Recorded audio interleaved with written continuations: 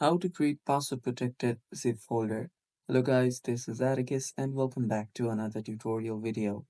In today's video, I'll teach you guys how you guys can create a password protected zip folder.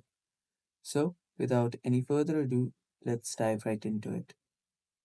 First step is right click on the folder that you want to change into a password protected zip folder.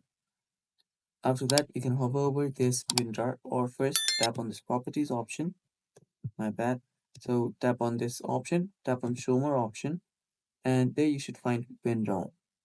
If you hover over it, there you'll see different options. So I'll just tap on this add to archive. After you tap on it, make sure that you select the zip folder file format and this option called delete files after archiving. After that, all you have to do is tap on set password and set password for your folder.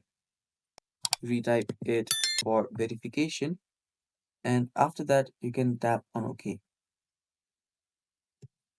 Then tap on OK again, and then your password protected folder should be created. And that's basically how you do it, guys. And that is all for today's video. Uh, and that is all for today's video as well. Thanks for watching. Stay tuned for more, and bye bye.